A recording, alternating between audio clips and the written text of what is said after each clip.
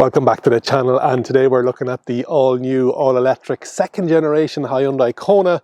They've sold 40,000 electric Konas in Europe, so Hyundai kind of know, or Hyundai, depending on what market you're in, know what they're doing when they're making the electric Kona. This time they've started with the ground up as an electric vehicle. You can get this in petrol, you can get this in hybrid as well, but obviously today we're focusing on the all-electric version. Second time we've had it on the channel. We had a first look when it was back in Farnborough at the Fully Charged South UK show, but today we're going to have a look around the outside, the inside, look at the different trim on the right hand side that we're going to be getting here, and also taking it out for a drive. So let's get straight into it. If you haven't already subscribed to the channel, make sure you do so. Leave a comment to let us know if the Kona is on your list. If you want to take it for a test drive, head over to Nevo.ie, Ireland's only dedicated electric vehicle platform. Big drive to get to 20,000 subscribers, so please like, comment and share. Style wise, it's a total change from what we had originally. So generation 1 Kona had the corrugated front, I'd like to call it, and then there was a facelift of that generation 1 when you had the smooth front. But this is a totally different design language, very much in keeping with the Hyundai or Hyundai style of things now, but it is its own vehicle in its own right, in fairness to it. You're going to start to see a lot of pixelated elements to it. So nice square bonnet. So what we have is a car that's 25 millimeters wider than the original generation 1. It is 150 millimeters longer with a 60 millimeter longer wheelbase. That was some of the issues with the original Kona. The back seats were a small bit cramped. The boot was just a bit on the small side. They did sell a lot of them, and what we really liked about it on the channel was the fact that great efficiency, even if though it wasn't a ground up EV. And I think this one is going to take that mantle and bring it even further. You've got that flattened out Hyundai badging, you've got that pixelated light. When the lights are on like it is now, it's going to be full, but in a normal daytime running lights, you're just going to get this quarter section here at the side, so you will see this blacked out if it's just daytime running lights during the day. On the electric version, obviously, you're going to get the charging port at the front, and that's a way of identifying on the road. So there are a couple of differences in it, but the charging port in the front is going to be the main one. This is now heated, so you're not going to get it stuck inside. There's also a light in underneath and 4 little pixels to show you 25, 50, 75 and 100% battery charge. AC and AC and CCS type 2, 11 kilowatt on AC, and then up to 100 kilowatt on DC. Depending on the battery size. We're going to get 2 different battery sizes, a 48 kilowatt hour and a 65 kilowatt hour. And so that will dictate range, but also battery speed. So on the smaller battery, it's around a 78 maximum peak on the DC, but on the larger battery that we have here today, which is the 65.4 kilowatt hour to be exact, it's going to be up around that 100 kilowatt on the DC. The other change that you're going to notice on the road when you do spot the Kona coming towards you is this is the pixelated front, whereas it's a bit more angular and a bit more, whether it's gloss black or whether it's actual grey, you'll see the difference in the hybrid and the petrol versions, but on the electric version it is all pixelated. Nice design language down there actually. And then you have the high-low beam module. Overall, I like it. It's definitely distinctive on the road. You're not going to mistake it for anything else, but you will say, oh no, well, that looks like a Kona. Very much because of this flap here, very much because of that aero. 2 trims in Ireland, and this is the upper level trim. What we do have in Ireland, 17 or 19s, and those 90s are the ones that we saw in the first video, and it has a kind of a pixelated kind of design with it. Smaller wheels, bigger range, better comfort. Body colored cladding, again you'll start to see some grey cladding on the different engine types. There is a Frunk inside there, we'll have a look at that before we finish up today. Body colored door mirrors and indicators built in, retractable. It comes in 7 different colours here in Ireland, and the option to 2-tone with the black roof. So you can get black and black, and then this grey could come with a roof option as well. You've got your roof racks, you've got your, we'll cover the aerial once we go on along the back. You've kind of a brushed aluminium line that comes from the wing mirror all the way along. And as I said in the first video, what I think it reminds me of is its cousin in the Kia in the EV6, that style of things. But also Tucson, again, Hyundai group. Nice traditional door handles, body coloured, and has keyless entry, and then a push button to start, and we'll talk about that inside. You've got your gloss black in underneath, and then below that then you've got some more body coloured cladding in underneath, so it's not too heavy on the cladding on the SUV side of things. Matte black B-pillar, and then your C-pillar, you've got a little tinted window in the back here. On the upper level trim in Ireland, we've got tinted rear windows, and then a tinted passenger windows and a tinted rear window. That's the front and the side of the Hyundai KONA. Let's have a look around the rear. As mentioned, we have a Frunk inside, and it is enough for holding the charging cables. Yeah, decent. It's somewhere you put your charging cables, you wouldn't be putting much else in there. Down at the back of the Kona, you have your gloss black shark fin aerial, high level brake lamp, just a small one, very F1 inspired, and I like that about it. Some brushed aluminium spoiler, nice big window. We talked about it being tinted, and it has the window wiper on it as well. Got this side to side, coast to coast light bar pixelated on the actual bonnet side of things. You've got your flattened Hyundai badge, then you've got your Kona, and then this is even though it's the upper level trim, it is a manual lift. You've got your electric identifier engine type, and then Hyundai on the side there, Hyundai. Apologies, here in Ireland we still call it Hyundai, and I know in the UK now, in the US, it was always Hyundai, and in the UK we're starting to make that transition over. Back to the car. Boot 466 litres, very good, and some features the likes of the ability to store the actual parcel shelf in the car itself, just up on the back of the behind the seats, folded flat.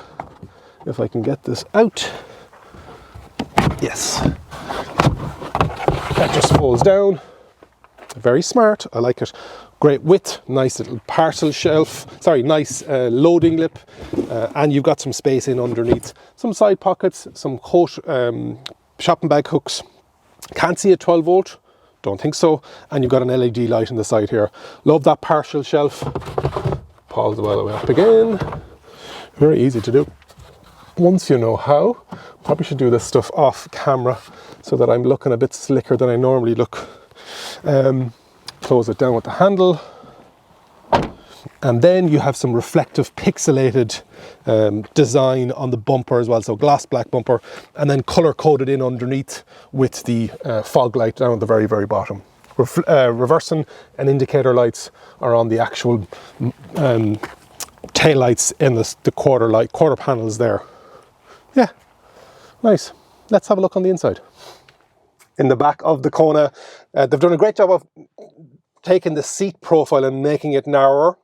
And this where it was an issue in the original Kona, there wasn't a lot of space in the back here. I've got that original Kona review on the channel. So I'm 6'2", 188 centimeters. That seat is set for me. We'll be in there in a second, but you can see I've got 2-3 centimeters with my knee. You've got the ability to put my feet in underneath, and then on the roof, you've got another 4 or 5 centimeters in here. On the door, there's two coloured interiors, a dark and a light. I know Noel is going to love the light colour one. So we've got the light one here today. No sunroof in this model, even though it is the upper level trim. We've got our electric windows. Go all the way down, which is helpful. And you've got 2 USB Type-Cs, little cubbyhole here. You've got your ventilation. It is dual zone in the front, and whatever it is in the front is what you get in the back. So you've got your 2 vents. You've got some magazine hooks. Would you fit 3? Oh yeah, it's not that bad. You've got a flat floor. You've got your central armrest with your 2 cup holders, and you've got 2 ISOFIX positions back here with a central headrest as well. Yeah, like the light interior makes a huge difference, and as I'm fighting light here to try and get it out, get this video review done, it is definitely helping the camera work as well. So nice back here, seats are comfortable, there's no fanciness, there's no heated seats, etc. like that. Price in Ireland are coming in at 36,995, 40,995 and 43,995, and this is the 43,995. So this is going up against the likes of the Renault Megane, BYD Atto 3. What else have we got? The Kia Niro EV. It's obviously its cousin. MGZ SEV, so it's a super competitive space. But yeah, I think it's definitely going to hold its own. It's the size was the issue with the original Kona, and the fact that it's made longer, small bit wider, it's 5 millimeters taller as well, but I don't think you're going to really see that. But in the back, it's definitely a huge improvement. Let's have a seat in the front. In the front of the Kona, you've got some, the lighter color, like we said, in the back is definitely an improvement. The top is economical, lightweight plastic. You've got some soft, some nice smooth, reminds me of a mix between the 5 and the 6, which is a good thing. So on the door, you've got all your buttons. One thing you're not going to miss in this car is the fact that it has buttons for everything, which is great. Touch screens, but buttons. If you want a button, the Kona is the place to be. Nice circular steering wheel, 3-spoke, plenty buttons. Left-hand side is all your driver assist, cruise control, etc. Right-hand side is your audio, voice. Nice little design highlight. You don't have the Hyundai badge on the actual center. It's the 4 pixels, which I believe is Morse code for H. Your steering wheel is reach and rake, and it has the new driver detection attention sensor in the actual, on top of the steering column. Left hand side is lights, right hand side is wipers, and you've got your mode, drive, neutral, reverse, stalk just above my right knee.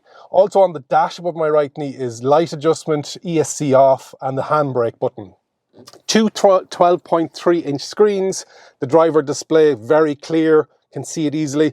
This model, the top trim, also has the head-up display, very good as well. And then you've got your touch screen, 12.3-inch. I love this. It's a new user interface compared to the Ioniq 5 and the Ioniq 6. It has much larger tiles. The other ones, there was like 2 rows of tiles, whereas this one, it's a single icon, a single button. Very nice. Only downside with it is wired Android Auto. I don't know about the CarPlay, but Auto, I had to plug it in. You've got your row of physical buttons with regards to your menu options, your volume control, and also your radio tuning. You've got a central line that goes across the dash, not evenly, it's staggered up towards the passenger, and that has the air ventilation in it. You've got your dual zone climate control. Underneath that, you've got some power, 12 volt USB type C, and then one for just power, and then one for data and power, and you can switch that, whichever one it is. You've got your Qi wireless charging pad. Below that then in the front, you do have heated seats and a heated steering wheel on this model. I know on some markets as well, they also have cooled, not so much really needed here in the UK and Ireland. You can turn off your parking sensors. With the drive modes, you have sport, snow, normal, and eco. Behind the steering wheel, I didn't talk about it, we have our regenerative braking paddles, and it has levels all the way up to 1 pedal driving, or in Hyundai land, it's I-pedal.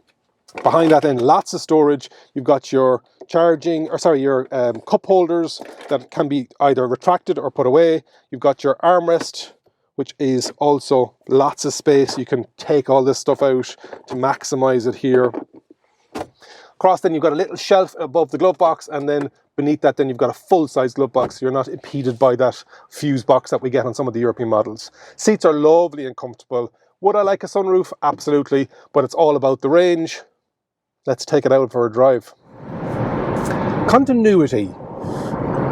Continuity is where you take a shot and the next shot shouldn't match because you've done it at the same time. Whereas what's happened yesterday evening was I just was losing so much light, I wasn't going to chance taking the driving footage of the Kona with lowering daylight. So it's the following day, I'm on the way, and I'm on the M50, which is the ring road motorway around Dublin here in Ireland. And it's a lovely drive. It's a bit cooler this morning, so I've got my heated seats on and the heated steering wheel, and that's on the upper level trim. I can see my head-up display. With the upper level trim here in Ireland as well, we also get blind spot and blind spot monitoring. So when I engage the indicator, you can actually see, very much like the Ioniq 5, Ioniq 6 on certain trims, you'll get that little camera pop up so you can see anything in your blind spot. Really nice. Super quiet, super smooth. The Generation 1 Kona had a bit of it was very front wheel drive, but it was very torquey. So at roundabouts, traffic lights, where you'd accelerate, it couldn't get the power down. They've done a much better job of mapping the power from that accelerator. So it's not as torquey top line, but it's plenty torquey like any other electric vehicle. Even here in normal mode, increasing to the speed limit of 120 kilometers an hour, no problem. Small bit of wind noise from the mirrors, but nothing major. Again, Generation 1 had a bit of an issue on the first face version of it, where I don't think there was enough sound insulation in the wheel arches, so it got a bit noisy inside, but this one, they've improved all that as well.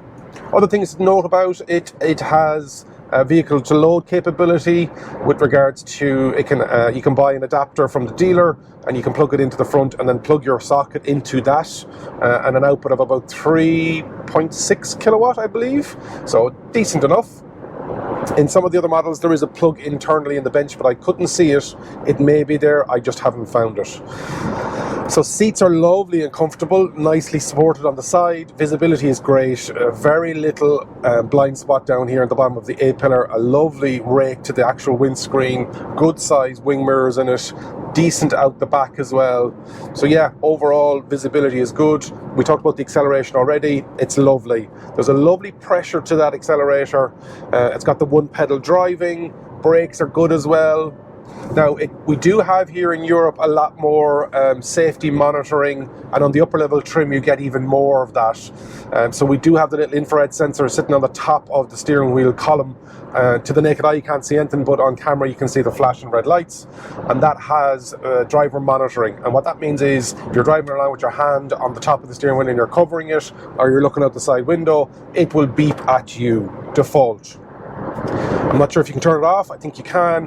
Also, there is speed sign recognition and warning. Again, all of these I think are set as on, and you have to turn them off every time because of this new EU regulation. So there will be a lot of beeps and bongs. Some cultures like it. It's probably a good thing if you're not paying attention to the road. The car is telling you you're not paying attention to the road. Coming up alongside our right hand side now is the Kona in a ICE version. I'm not sure whether it's petrol or hybrid. I think it's just a regular petrol one. A lot more cladding on it. I'm not sure if you're going to pick that up on camera. Hopefully you will. But yeah, it's good. And it is definitely the next generation of Kona. Cannot argue with the quality, the fit, the finish. Really nice. Really nice. It's going to be one of the cars I'm recommending to people. And I don't say that lightly. It's this or Kona, you know, Megane is beautiful, BYD, MG. So I like this price point. I like this size. I think we probably don't need a lot of it, more of it, depending on your family situation, etc. But this is on my short list with regards to if I was to buy, what car would I buy? So trim levels in Ireland, we talked about those two trim levels. The entry level is Elegance, and that comes in the two battery sizes, the 48 kilowatt hour and the 65, and then the Ultimate. In the United Kingdom, you've slightly called them something different. They are Elegance and Platinum, so just to don't be confused. But also, you're getting N-Line and N-Line Sport, so you're going to have 4 trims by next year, 2024. So depending on the market dictates how the importers and distributors work with regards to the spec, the naming, the pricing, obviously, etc. So it's not as standardized as some other brands around the world. The ID4 is the ID4 kind of thing. But so there are the trim levels, just be conscious of that, and then the 2 battery sizes. So we've just engaged HDA in the Hyundai land, or Hyundai is Highway Driving Assist, and that is allowing me then to set the distance of the car in front and cruise control, active cruise control. So if the car in front slows down, it also allows me to set the speed. It watches where I am sitting in the lane. So if you're doing long distance, if you're doing a lot of motorway and highway driving, it's a lovely way of taking the pressure off you. I was talking to a taxi driver recently, and the use of those type of systems. If you're doing a lot of driving, this is taking the curve here now. I'm holding my hands on the wheel, so it knows that I'm still in control, and with the new monitoring system, it knows that I'm watching the road as well. So Highway Driver Assist is good. One pedal driving is good. Yeah, it's a good package. It's well priced. It's a good size. The areas that it needed to improve on from Generation 1, they've done it. But let me know in the comments what you think. Is it on your shopping list? What do you like about it? What don't you like about it? If you're interested in taking it out for a test drive, head over to Nevo.ie, Ireland's only dedicated electric vehicle marketplace. But hopefully you've enjoyed my second look, first drive of the Kona all-electric. Thank you for watching. Make sure you subscribe to the channel. And remember, if you think an EV is for you, leave it to me and I'll review.